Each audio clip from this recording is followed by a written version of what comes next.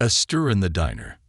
The late afternoon sun cast long shadows across the sleepy streets of Montgomery, Alabama. Tucked into the corner of an old brick building stood May's Kitchen, a modest diner that had been a neighborhood fixture for decades.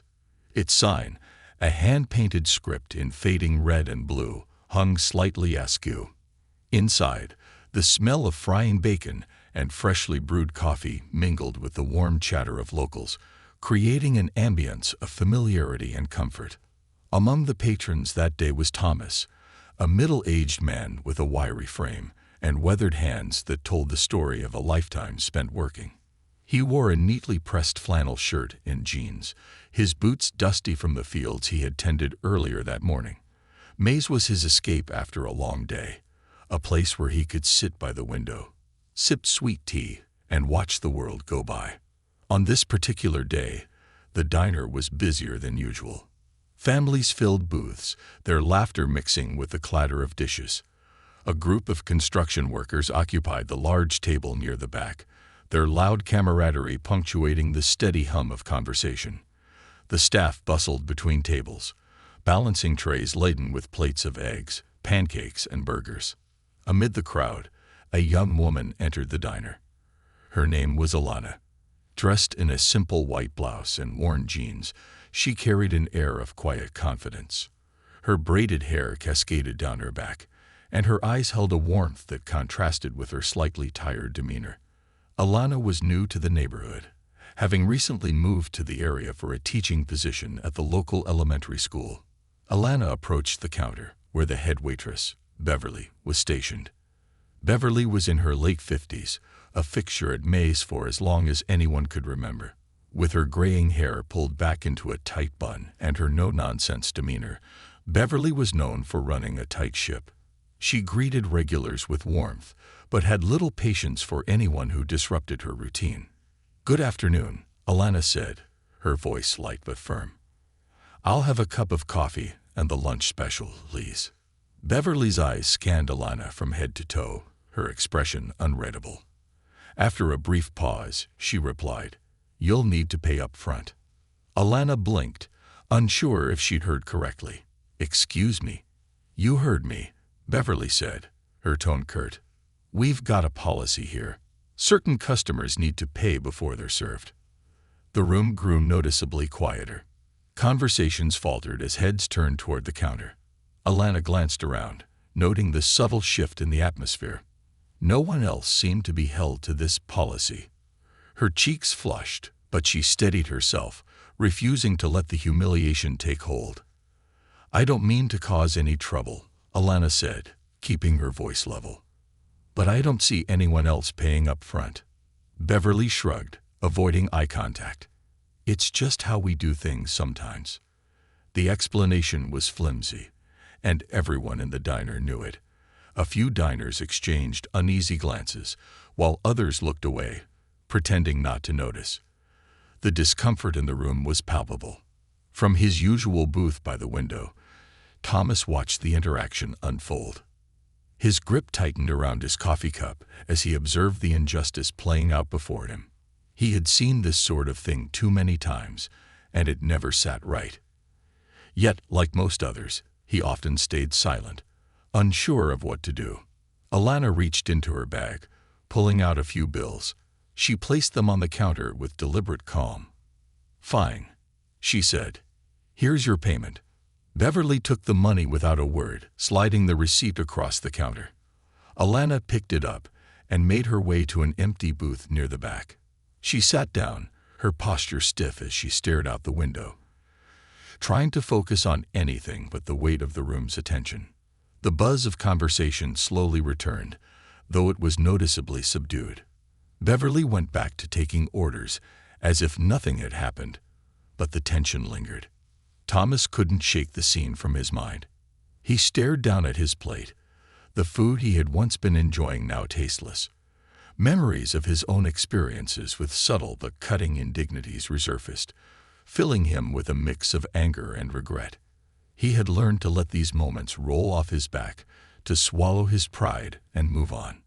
But today, something felt different. He couldn't bring himself to look away. At the next table over, a young couple whispered to each other, their expressions a mix of guilt and uncertainty. The man, dressed in a crisp button-up shirt, glanced at Alana, and then back at his companion. "We should say something," he murmured. His partner shook her head, and risked causing a scene. What good would it do? Thomas overheard their exchange, his chest tightening with frustration. Their hesitation mirrored his own, but he knew deep down that staying silent was just as harmful as the act itself. Alana's food arrived, brought by a different waitress, who offered a quiet apology through her demeanor if not her words. As Alana picked at her meal, her appetite diminished by the lingering sting of the encounter. She felt a presence near her booth. She looked up to see Thomas standing there, his hands stuffed in his pockets. "Mind if I sit?" he asked, his voice gentle but firm. Alana hesitated before nodding. "Sure." Thomas slid into the seat across from her, his gaze steady. "What happened up there wasn't right," he said. "I just wanted you to know that." Alana offered a faint smile. "Thank you. But what can you do? People like her don't change." Thomas leaned forward, his voice lowering. "Maybe not, but that doesn't mean we have to let it slide." Their conversation was brief, but it carried a weight that neither could ignore. As Thomas returned to his booth, he noticed more customers stealing glances at Alana, their expressions ranging from curiosity to quiet support. He realized that change wouldn't come from one moment or one person. It had to start with a collective decision to stand up, to speak out, and to refuse to let injustice go unchallenged. As the afternoon wore on, the atmosphere in May's kitchen shifted. The warmth that once defined the diner was now replaced by a quiet unease, the result of an incident that no one wanted to acknowledge, but everyone knew was wrong. For Thomas, Alana, and the others who had witnessed the moment, the choice was clear: remain silent and complicit, or find the courage to act. And so, the stage was set for a reckoning that would ripple far beyond the walls of the diner. Whispers of the crowd, the hum of conversation at May's kitchen picked up again, but the room's energy was different. Alana sat quietly in her booth, the steam from her coffee curling up into the air, untouched. She stirred it absent-mindedly with a spoon, her thoughts swirling faster than the spiraling liquid. The bitter taste of the earlier exchange still lingered, not on her tongue, but deep in her spirit. She could feel the weight of eyes on her, some filled with pity, others with discomfort, and a few with indifference. Thomas, now back in his booth, couldn't bring himself to focus on his meal. He replayed the interaction in his mind, each moment a stone in his gut. Across the diner, others had also noticed the incident. No one had spoken up at the time, but the whispers were starting. "Did you see that?" "She made her pay up front," said a woman seated at the counter, her voice low but audible enough to carry to the next seat over. "That's not right," her companion replied, a man in a baseball cap. He shook his head. "I've been coming here for years, and I've never seen anything like that." A teenager at a nearby table, headphones dangling around his neck, glanced toward his parents. "Why didn't you say anything, Dad?" he asked, his voice cutting through the soft murmurs. The father, a stern-looking man in a crisp suit, shifted uncomfortably. "It's not our business," he muttered, but his tone lacked conviction. His wife placed a hand on his arm, her eyes silently pleading. At the corner table, a small group of college students leaned in close. "Did you see her face?" one of them whispered. "She knew what she was doing." "Yeah, but what can you do about it?" Another replied, her voice tinged with resignation. The crowd's whispers grew, their voices blending into a low chorus of unease. While the surface of the diner buzzed with normalcy, an undercurrent of tension simmered beneath. Every so often, glances flicked toward the counter where Beverly stood, her movements a little more rigid than before. She could feel the weight of their judgment, but she kept her head down, busying herself with the register. Thomas makes a choice. Thomas sat back in his seat, his gaze drifting toward the window. He didn't consider himself a troublemaker.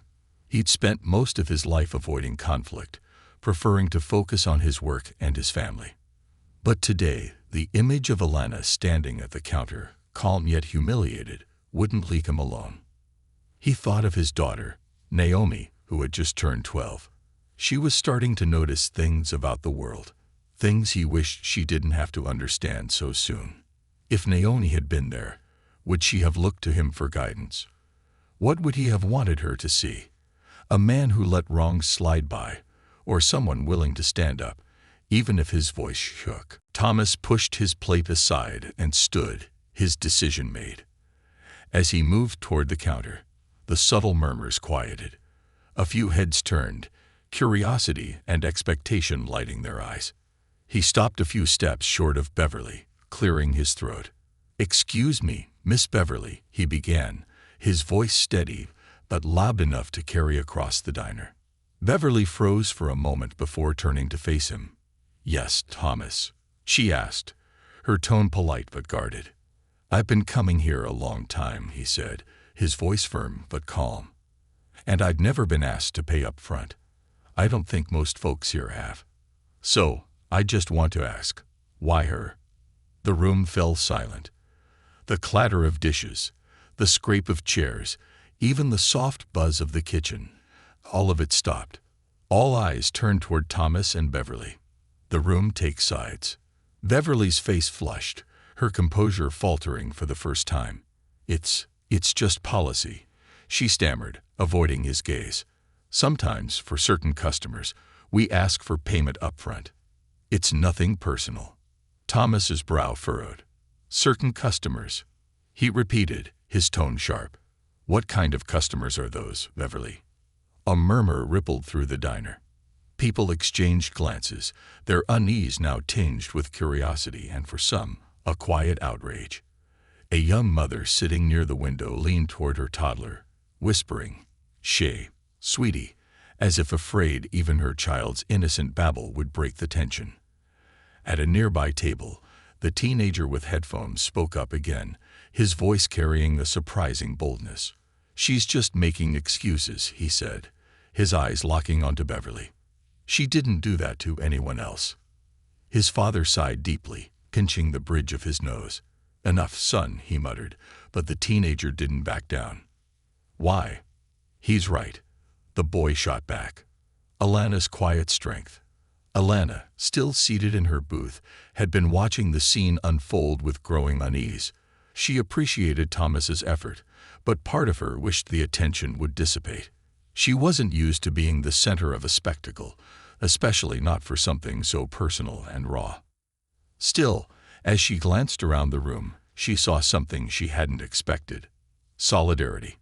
It was subtle, just a few nods, averted eyes meeting hers for a fleeting moment before glancing away. But it was there. And for the first time since she'd walked into May's kitchen, she felt less alone. She stood slowly, the legs of her chair scraping softly against the tiled floor. All eyes turned to her as she approached Thomas and Beverly at the counter. "Thomas," she said quietly, her voice cutting through the silence. "Thank you, but you don't have to do this." Thomas turned to her, his expression one of quiet determination. "I think I do," he said simply. Alana placed a hand on his arm, a small but powerful gesture. "You've already done enough." A manager emerges. Just as the tension in the diner seemed ready to boil over, the door to the kitchen swung open, and the diner's manager, a stout man named Mr. Jennings, stepped out. His apron was slightly stained, and his face carried the weariness of someone who'd spent the last few hours juggling orders and schedules. "What's going on out here?" he asked, his voice cutting through the room. Beverly turned toward him, relief flashing briefly across her face. "Nothing," she began quickly, "just a misunderstanding." But Thomas wasn't about to let it go. "It's not nothing, Jennings," he said, his voice steady. "Your waitress here just humiliated a customer for no good reason, and we all saw it." Mr. Jennings's eyes darted between Thomas, Alana, and Beverly. His brows furrowed as the weight of the situation dawned on him. "Is that true?" he asked, looking directly at Alana. Alana hesitated, glancing around the room. She saw nods of encouragement from several diners, and for the first time, she felt the courage to speak up. "Yes," she said firmly. "It is." The room held its breath, waiting to see what would happen next. A turning point. Mr. Jennings rubbed his forehead, clearly flustered. "Beverly," he said, his tone sharp but measured. "Is this true? Did you ask her to pay up front when no one else has to?" Beverly fidgeted with her apron, her earlier bravado now gone. It's just. I didn't mean." "Answer the question," Mr. Jennings interrupted. "Yes," Beverly admitted finally, her voice barely above a whisper. "I did." The admission hung in the air like a storm cloud, heavy and foreboding. The crowd bristled, their earlier whispers now giving way to audible expressions of disapproval. For the first time, the division in the room began to dissolve, replaced by a shared sense of outrage. Thomas stepped back, allowing Alana to take center stage. She squared her shoulders, meeting Mr. Jennings's gaze head-on. "This isn't just about me," she said. "It's about how you run this place. If this is how you treat your customers, I don't think I'll be coming back." Her words landed like a thunderclap, sending ripples through the crowd. Mr. Jennings looked genuinely shaken, realizing that this wasn't just a momentary disruption. This was a reckoning. And it was far from over. Confrontation in the open. The atmosphere in May's kitchen grew heavier as Mr. Jennings stood frozen behind the counter. Alana's words had hit him square in the chest. Around the diner, conversations had stopped entirely. It was as if every fork, cup, and plate in the room was holding its breath, waiting to see what would happen next. Beverly fidgeted with the edge of her apron, her face flushed with embarrassment. She avoided looking at anyone directly, especially Alana. The guilt she felt was undeniable, but pride and fear held her tongue. Her actions had been called out publicly, and the weight of the stares from customers, both familiar and unfamiliar, made her feel small. Alana, now fully standing, her hand still resting lightly on the back of the booth she had been sitting in, felt an unfamiliar surge of power. She hadn't intended for things to escalate like this, but she couldn't deny that the moment felt pivotal. Her voice, her presence, it was finally being acknowledged in a way she hadn't expected. Yet she could feel the fragility of it, the thin line between resolve and collapse. A voice from the back. From the far end of the diner, near the door leading to the bathrooms, an elderly man stood. He wore a pressed button-down shirt tucked into neatly ironed trousers. His silver hair was combed back, and his posture was dignified despite his obvious age. His cane tapped lightly against the tiled floor as he took a step forward. "I've been coming to May's for 30 years, he said, his voice clear and resonant despite the strain of age. All eyes turned to him. "And in all those years, I've never been asked to pay before eating. Not once." His words were simple, but they carried a weight that seemed to ripple through the room. The man's tone wasn't accusatory or angry, but reflective, as though he were piecing together something he hadn't fully realized before. "Why her?" he asked, looking directly at Beverly. Beverly opened her mouth to respond but hesitated, words failing her. She looked to Mr. Jennings for support, but he offered none, his face locked in an expression of grim contemplation. "Alana speaks her truth." Alana took a deep breath, her voice cutting through the silence. "Because people like me are always the exception," she said, her tone steady but tinged with sadness. "It doesn't matter where I go or what I do. There's always someone who assumes the worst, someone who makes me prove I belong. That's what this is about." Her word hung in the air like a challenge, daring anyone to deny the truth of her experience. The diner felt smaller now, more intimate, as if the walls themselves were leaning in to listen. A mother sitting with her young child glanced at her son, her face conflicted.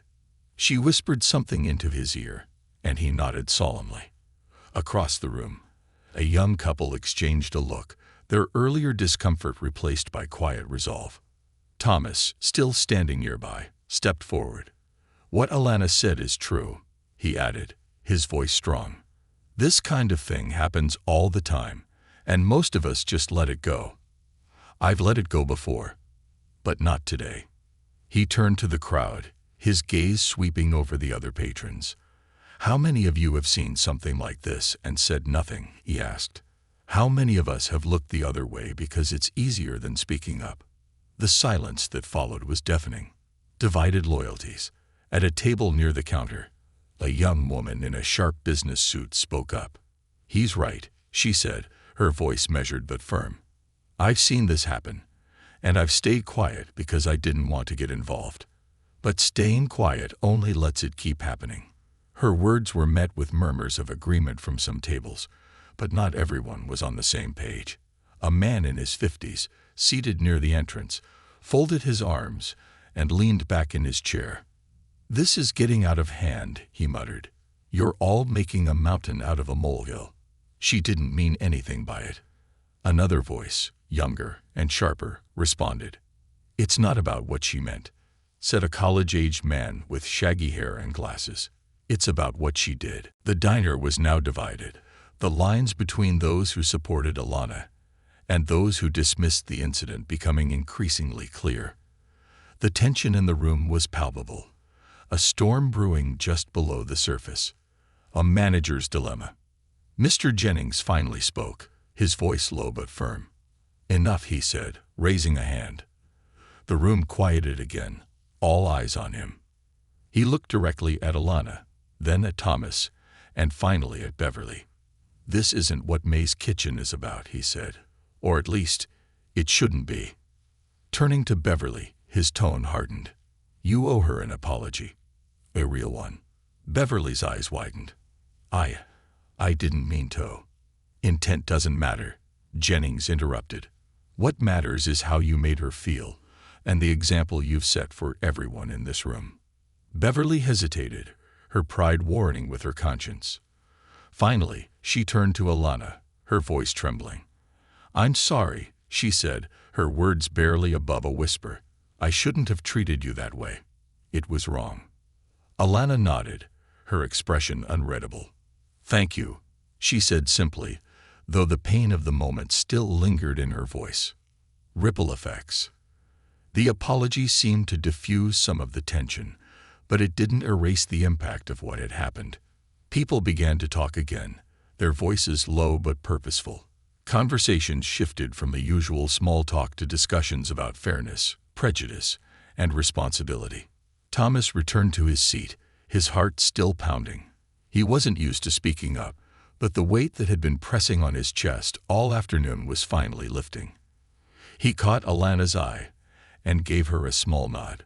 She returned it with a faint smile, a silent acknowledgement of his support.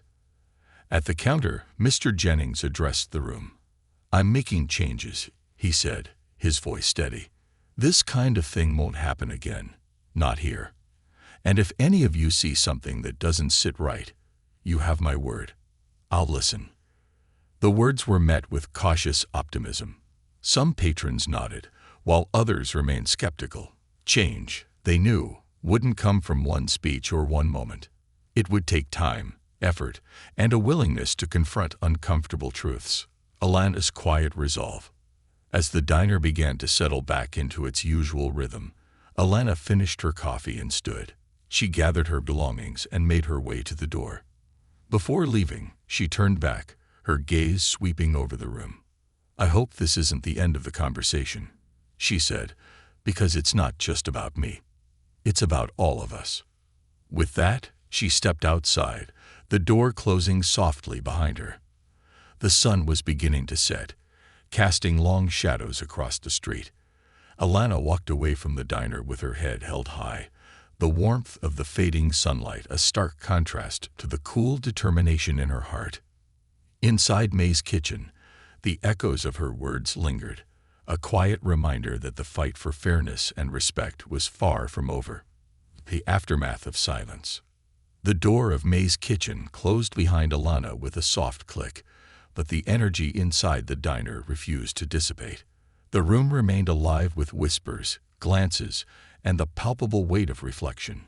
Conversations shifted from hushed observations to heated debates, as if the walls of the diner had absorbed the tension and were now releasing it in waves. At the counter, Beverly busied herself with refilling salt shakers, her hands trembling slightly as she tried to appear unaffected. Her apology to Alana had been forced from her, and though the words had left her lips, the unease in her chest lingered. She avoided the gazes of customers, particularly Thomas's, whose quiet resolve still unsettled her. Behind the counter, Mr. Jennings stood motionless, watching the room. The weight of his position bore down on him like never before. He had always prided himself on May's kitchen being a welcoming place, but today had exposed a rot he hadn't realized existed, or perhaps had chosen to ignore. A young voice speaks up. At a corner booth, the teenager with the headphones fidgeted in his seat, his eyes darting around the room. His parents had returned to their conversation, trying to regain a sense of normalcy, but he couldn't let go of the scene he had witnessed. He leaned forward, addressing his father directly. "Why didn't we say something earlier?" he asked, his voice cutting through the hum of the diner. His father sighed, pinching the bridge of his nose. "It wasn't our place, son." The boy's brow furrowed. "Not our place. What if it was you? What if it was me? Would it be someone else's place then?" His mother placed a gentle hand on his shoulder. "Sweetheart, it's not that simple. Sometimes." "No," the boy interrupted, his voice rising slightly. "It is simple. That wasn't right, and we all knew it. We just didn't do anything." The conversation caught the attention of nearby diners, their heads turning subtly toward the family. A woman sitting at the next table, dressed in a tailored blazer, nodded in agreement. "The kid's got a point," she said, her voice calm but firm. "We all saw it, and we all stayed quiet." The ripple spreads. The woman's comments sparked a chain reaction. One by one, patrons began to share their thoughts, their voices growing louder and more impassioned. "I've worked in places like this," said a man in his 20s with tattoos peeking out from under his sleeves. "Stuff like that happens all the time, and people act like it's normal. But it's not." "It's not just here," added an older woman with silver hair and a steady gaze. "This is everywhere. It's in how we treat people, how we judge them before we know anything about them." A man in a plaid shirt leaned back in his chair, crossing his arms. "So, what are we supposed to do? Start fights every time we see something wrong?" "No," replied the woman in the blazer, her tone sharp. "But we can speak up. Staying silent isn't neutral. It's siding with the problem." The room buzzed with agreement and dissent, the conversations weaving together into a chaotic symphony of voices. For the first time, the division in the room wasn't just about the incident with Alana. It was about the deeper truths it had uncovered. Everyone had an opinion, and no one was holding back. Beverly's quiet reflection. Behind the counter, Beverly listened to the escalating discussions, her movements growing slower and more deliberate. Each comment felt like a stone tossed into a pond, sending ripples that collided and overlapped in her mind. She thought back to her own actions, replaying the moment she had asked Alana to pay up front. At the time, it had seemed like an instinctive decision, born of years of subtle biases she had never questioned. Now those biases were laid bare, not just to the room but to herself. Beverly realized she couldn't hide behind policy or excuses any longer. What she had done was wrong, and it wasn't the first time. The realization sat heavy in her chest, suffocating and undeniable. A question of accountability. Thomas, still seated in his booth, watched the room with a mixture of hope and frustration. The conversations were a step in the right direction, but he knew words alone wouldn't change anything. He stood again, his tall frame commanding attention without needing to raise his voice. "Talking about it is good," he said, his tone measured but firm. "But what happens when we leave this place? Are we gonna forget this moment and go back to how things were? Or are we gonna actually do something about it?" The room quieted, the weight of his question sinking in.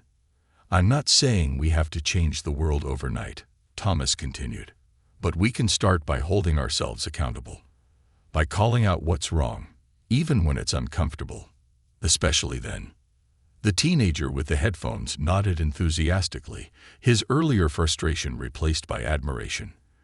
"That's what I'm talking about," he said, his voice carrying a note of vindication.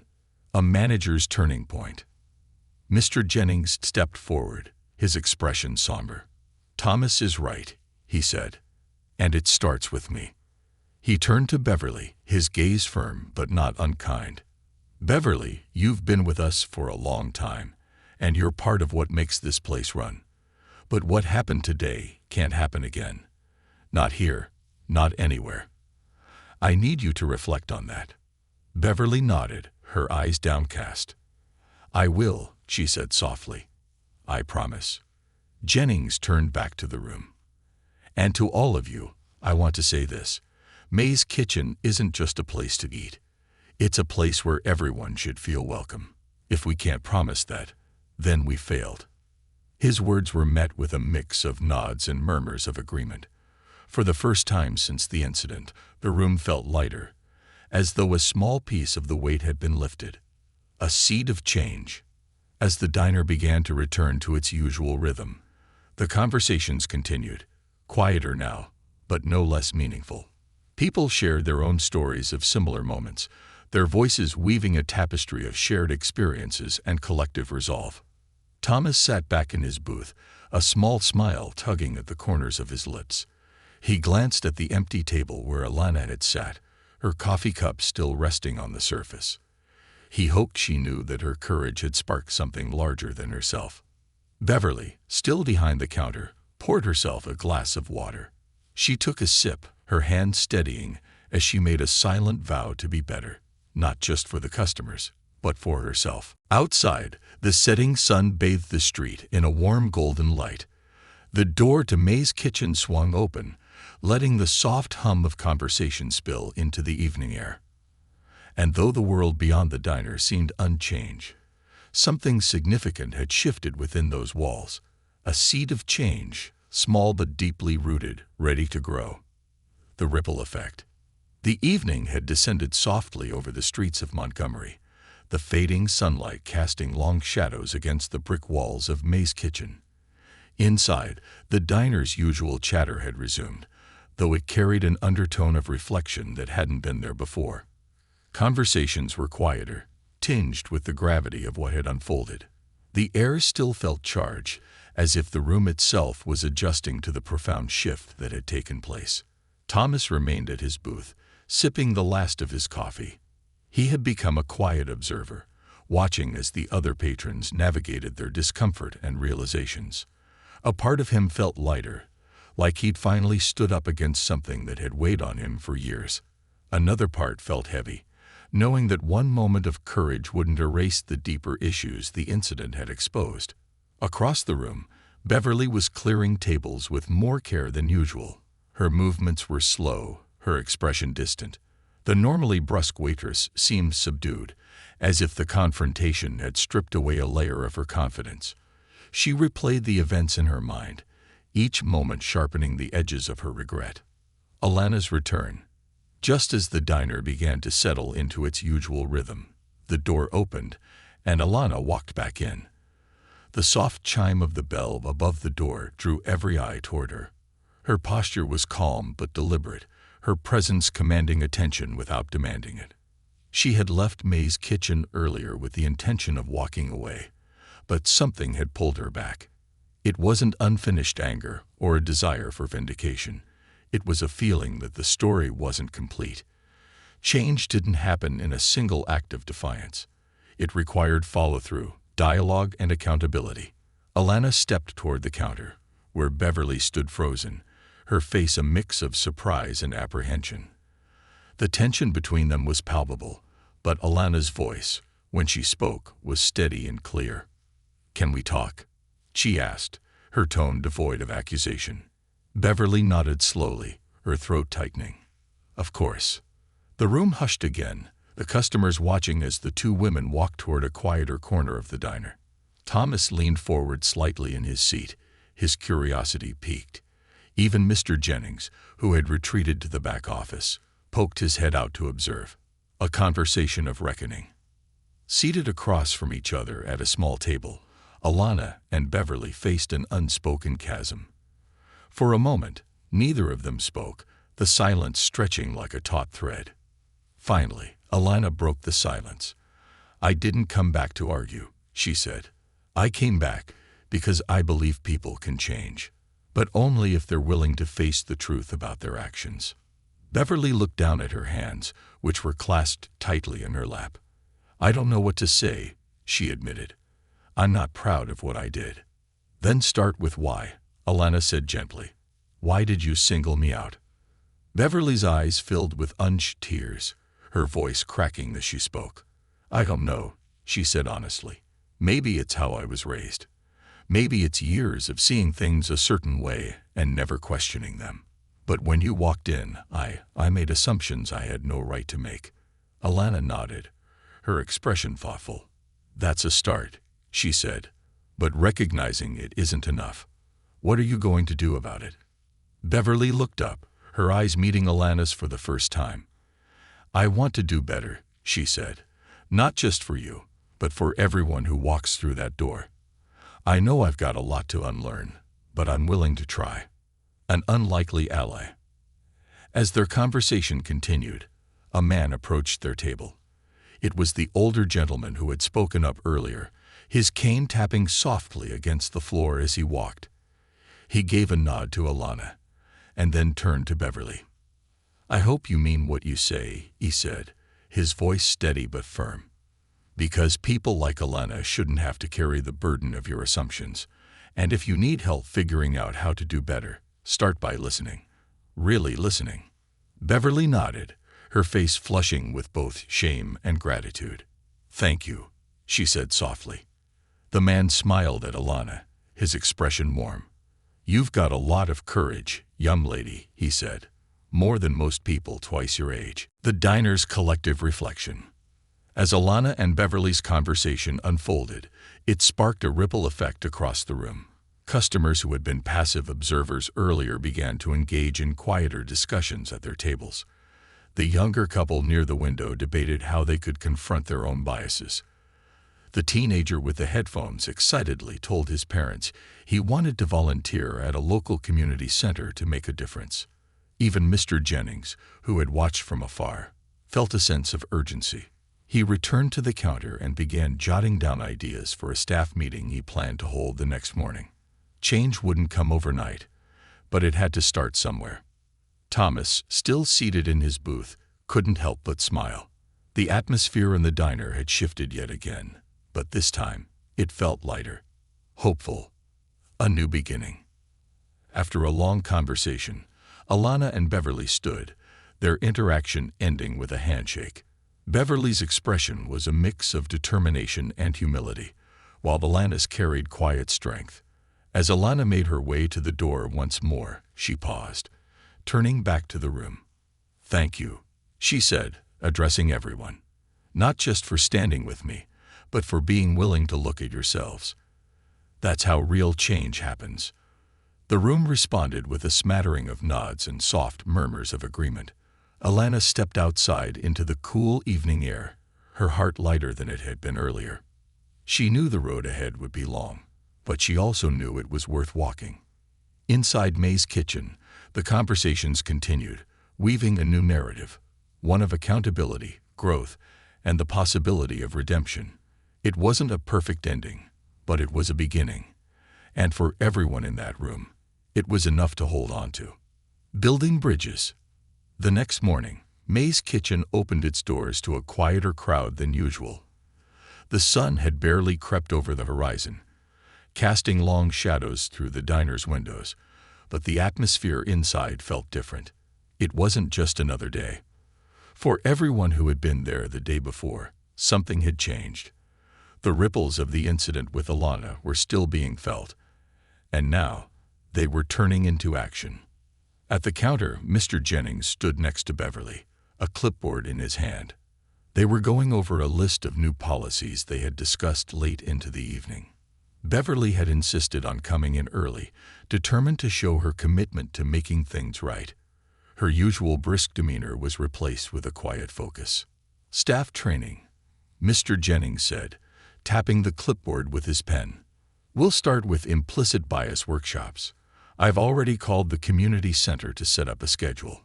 Beverly nodded, scribbling notes in a small notebook. What about customer feedback? She asked. Maybe we should put something out so people can share their thoughts. Jennings smiled faintly. That's a good idea. You can draft something later today. It was a small step, but it was a start. Both of them knew that real change wouldn't come from policies alone. It would take constant effort and the willingness to confront uncomfortable truths. But for the first time, they felt ready to try. Alana's morning. Across town, Alana sat on her small porch with a cup of tea in her hands. The morning air was crisp, carrying the faint scent of blooming jasmine from her neighbor's yard. She had spent much of the night reflecting on the events at May's kitchen, wondering if her return had made a difference. Her phone buzzed on the table beside her. It was a message from Thomas. Thomas, just wanted to say thanks for coming back yesterday. You made a bigger impact than you know. Alana smiled softly as she typed a reply. Alana, thank you for standing up. It meant more than you realize. She placed the phone down and took a deep breath. It wasn't often that she allowed herself to feel hope, but today it felt like the right time to start. The diner evolves. As the morning rush began, May's kitchen filled with its usual blend of regulars and new faces. Thomas arrived early, as he often did, and took his seat by the window. The teenager from the day before walked in with his father, who looked slightly sheepish but determined to make amends. A couple from a nearby table waved at Thomas, a silent acknowledgement of their shared moment the previous day. Beverly approached Thomas's table cautiously, holding a pot of coffee. Good morning, she said, her voice softer than usual. Would you like a refill? Thomas looked up, meeting her eyes. For a moment, there was an unspoken understanding between them, a recognition of the journey they were both embarking on. He nodded. Yes, please. Thank you. As Beverly poured his coffee, a teenager at the next table spoke up. Hey, Mr. Jennings, he said, waving the diner manager over. I was wondering if you guys ever do community events, like food drives or fundraisers. Jennings raised an eyebrow, intrigued. We haven't in the past, but it's something I've been thinking about. Why do you ask? The boy grinned. Because I think it'd be cool if May's Kitchen became a place where people come together for more than just food. You know, a real community hub. Jennings smiled, his mind already racing with possibilities. That's a great idea. Let's talk more about it later. Elaine's legacy. Later that morning, an elderly woman entered the diner, her cane tapping softly on the floor. She wore a wide-brimmed hat and a kind smile that lit up her face. Thomas recognized her immediately. It was Elaine, a longtime resident of the neighborhood and a former teacher who had been quietly observing everything the day before. Elaine made her way to the counter, where Beverly greeted her warmly. Good morning, Elaine, Beverly said. The usual. Elaine nodded, her eyes twinkling. Yes, please. And Beverly, I wanted to tell you, I saw what happened yesterday. It takes courage to admit when you've been wrong. I'm proud of you for taking that step. Beverly's cheeks flushed, and she glanced down at the counter. Thank you, Elaine. That means a lot. Elaine leaned in slightly, her voice soft but firm. Just remember, it's not about getting it perfect. It's about staying open to learning. Beverly nodded, her resolve strengthening. I'll remember that. A day of firsts. By midday, the diner was bustling with activity, but the energy was different, lighter, more connected. Conversations flowed more easily, and laughter rang out from several tables. Customers seemed to linger longer, engaging with one another in ways they hadn't before. At one table, a group of regulars brainstormed ideas for community events, from charity breakfasts to mentorship programs for local kids. At another, a young couple discussed how they could make their own workplace more inclusive after witnessing the previous day's events. And at the counter, Beverly found herself listening more carefully to the customers she served, making an effort to see them as individuals rather than assumptions. A promise kept. As the day wound down, Mr. Jennings gathered the staff for a quick meeting. He looked around at the small group, his face serious but hopeful. "I know yesterday was a wake-up call for all of us," he began. "But it doesn't end here.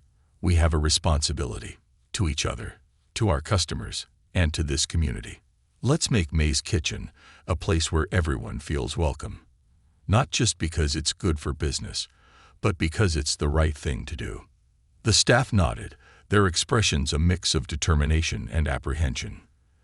They knew it wouldn't be easy, but they also knew it was necessary. The final act. As the sun set over Montgomery, May's Kitchen closed its doors for the night. Inside, the echoes of laughter and conversation lingered, a reminder of the day's progress. Outside, Alana walked past on her way home, pausing briefly to look through the window. She saw Beverly cleaning the counter with a look of quiet focus, Thomas chatting with a group of regulars near the door, and Mr. Jennings hanging a small sign in the window. Everyone welcome, everyone respected. Alana smiled and continued on her way. Change, she realized, didn't happen all at once. It was built moment by moment, choice by choice. And today, in a small diner on a quiet street, a better future had taken its first steps. A closing reflection. Alana walked slowly down the quiet street, her thoughts a mixture of hope and lingering frustration. She replayed the events of the past 2 days in her mind. The humiliation, the confrontation, the apologies, and the promises. It was a lot to take in, and while she felt proud of herself for speaking out, she knew the fight for respect and fairness didn't end with a single victory. As she turned the corner toward her apartment, her phone buzzed in her pocket. She hesitated for a moment, then pulled it out. The message was from the teenager who had stood up to his father in the diner. Somehow, he had found her on social media. Teenager: "Hi, Ms. Alana. I just wanted to say thank you. Yesterday made me realize how much more I can do to make things right when I see something wrong. You inspired me." Alana smiled, her heart warming at the message. She quickly typed a response. "Alana, thank you for speaking up. It's people like you who give me hope. Never stop using your voice. It's more powerful than you know." She tucked her phone away and continued walking, the city's streetlights casting a soft glow around her. For the first time in a while, she felt lighter, as though a weight she hadn't realized she was carrying had finally been lifted. May's Kitchen after dark. Inside May's Kitchen, the last of the staff prepared to leave. Beverly finished wiping down the counter, her movements slow and deliberate. She had spent the day thinking about everything Alana had said, and everything the customers had echoed. Each interaction had felt like a mirror, reflecting back parts of herself she wasn't proud of, but was now determined to change. Mr. Jennings approached her as she hung her apron on the hook behind the counter. "Beverly," he said, his tone gentle, "you did good today." She turned to him, her expression guarded but appreciative. "I still have a lot to work on." He nodded. "We all do. But the fact that you're willing to try, that matters." She gave him a small smile, one that didn't quite reach her eyes, but held a promise of more to come. "Thanks, Mr. Jennings."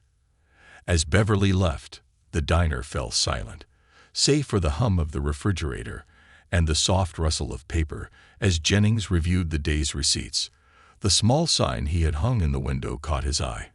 Everyone welcome. Everyone respected. He read the words again, letting them sink in. It wasn't just a slogan. It was a commitment, one he intended to uphold. A new day. The next morning, Alana woke early, the sunlight streaming through her curtains. She stretched, her body feeling a sense of calm she hadn't experienced in a long time. Her phone buzzed again. A message from Thomas this time.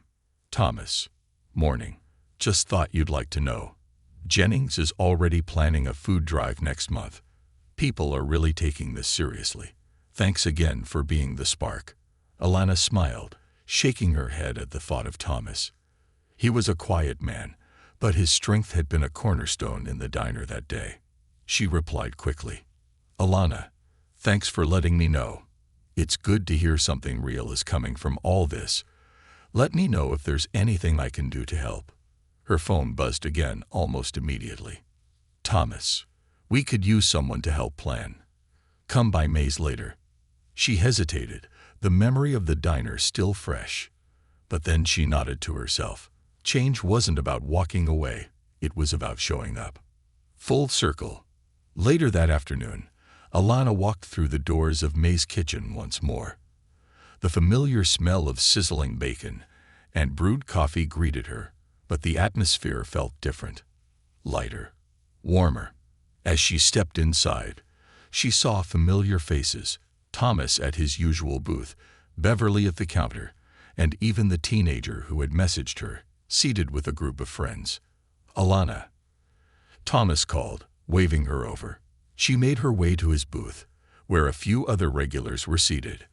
A stack of papers sat on the table between them, notes for the upcoming food drive. "You really came," Thomas said, his smile broad. "We could use your help." Alana slid into the booth, her own smile forming. "I wouldn't miss it."